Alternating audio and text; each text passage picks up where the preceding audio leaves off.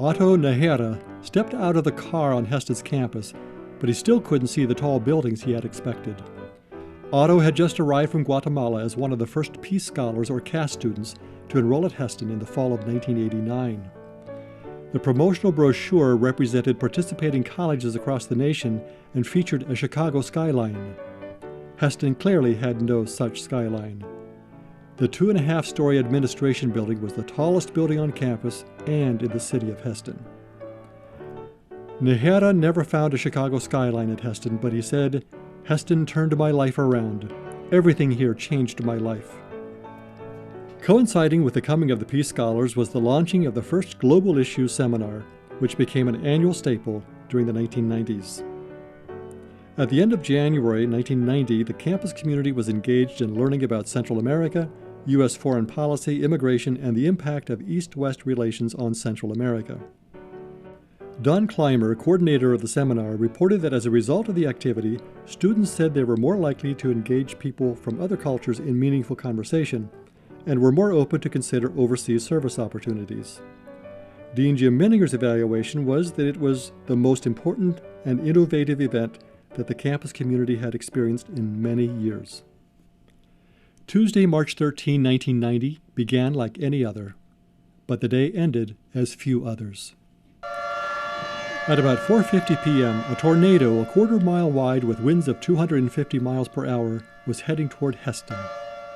Showalter Villa and Hesston College were in its path, but a microburst caused the twister to veer around the two campuses and cut a swath 100 yards wide across the north part of town. 84 homes in Hesston were destroyed. More than 100 others were damaged. 13 households of Hesston faculty, staff, or married students experienced significant damage and loss. Nearly 20 businesses were damaged or destroyed.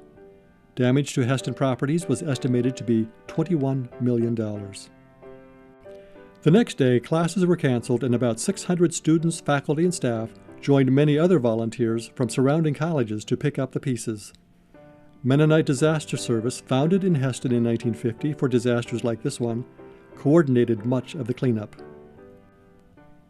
In the fall of 1990, the Hesston soccer team won the school's 18th regional championship in an unusually hard-fought game that lasted through 4 overtimes.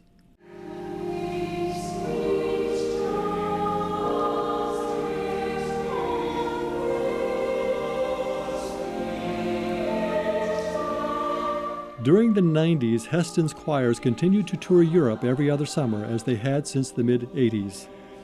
They sang in grand cathedrals and visited historic sites.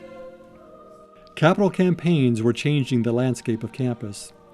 Ivan and Pearl Krupp of Molalla, Oregon, gave a lead gift of $1 million for a new academic center. Lawrence and Della Beckler of Seward, Nebraska, who had funded Hesston's first computer lab in the early 1980s, contributed $260,000 for a state-of-the-art computer center. The solidly built Hess Hall, new in 1947, was removed, with some difficulty, to make space for Krupp Center for Business and Bible Study. In the spring of 1991, the School for Nursing celebrated the 25th anniversary of its first graduating class. In its 25 years, 631 students had graduated.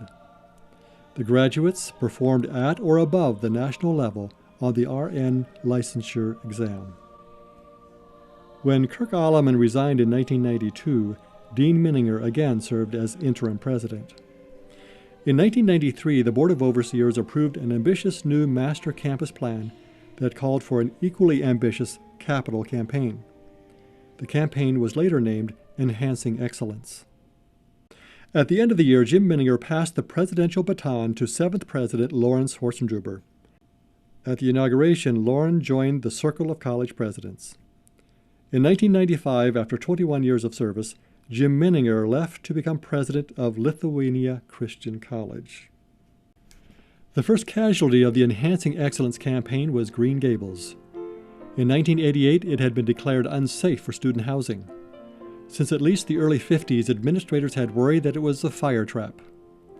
The demise of Green Gables, variously known as the Gables, Green Stables, and Orpha's Orphanage, did not happen without fanfare. More than 100 alumni and friends gathered to say farewell to history during the commencement weekend, May 20 to 21, 1995. Orpha Zimmerly, whose service as matron and dean of women inspired the name Orpha's Orphanage, was on hand to give Green Gables a voice.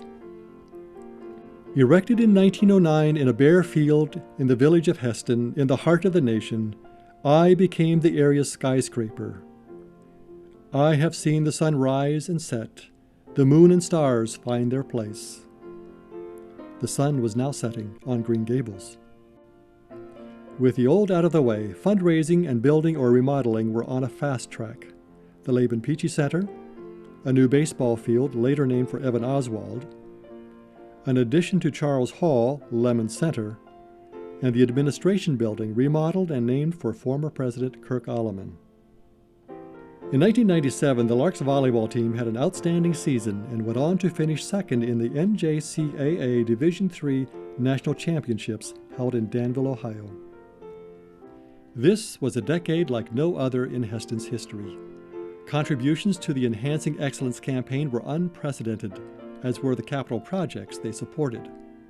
All this would continue into the next decade.